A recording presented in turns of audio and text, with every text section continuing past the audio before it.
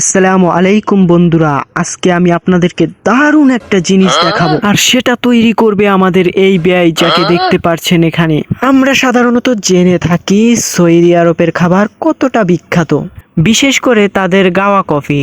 কিন্তু চিন্তা করুন, সেই গাওয়া কফি এখন বাংলাদেশে তৈরি হতে যাচ্ছে, আর সেটাই তৈরি করব আমরা। আজকে আমরা আপনাদেরকে দেখাবো গাওয়া কফি তৈরি করা, এর স্বাদ ও এর পিছনের গল্পটা।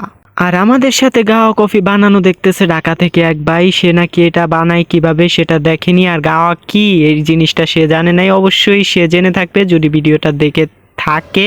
এখন দেখতে পাচ্ছেন আমি আর আমার দুলাভাই এখন একটা কেটলি নিয়েছি, আর এটার ভিতরেই আর কি গাওয়া কফিটা রান্না হবে।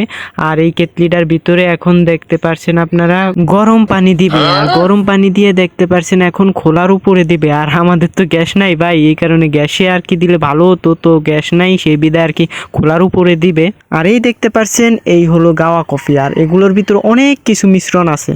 এখন গাওয়া কফি পরিমাণ মতো একটা কাপে নিবে, আর কাপটা নিয়ে পরিমাণ মতো যেটুকু পানি দেওয়া আছে সেই পানিটুকুর ভিতরে গাওয়া কফিগুলো ঢেলে দেবে।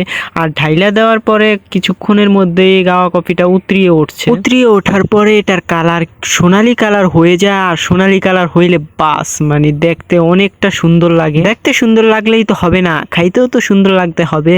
সৌদি আরবের গাওয়া কফিটা বেশ মশলাদার, বিশেষ করে এলাচ গন্ধটা করা থাকে। আর এটা স্বাদ বলবো চার মতো খেতে, কিন্তু হালকা একটু তেতো। আর আমরা সাধারণত যে কফিটা খাই ওই কফির মতো এটা মোটেই না। আর সাধারণত এটা খেজুরের সাথে পরিবেশন করা হয়।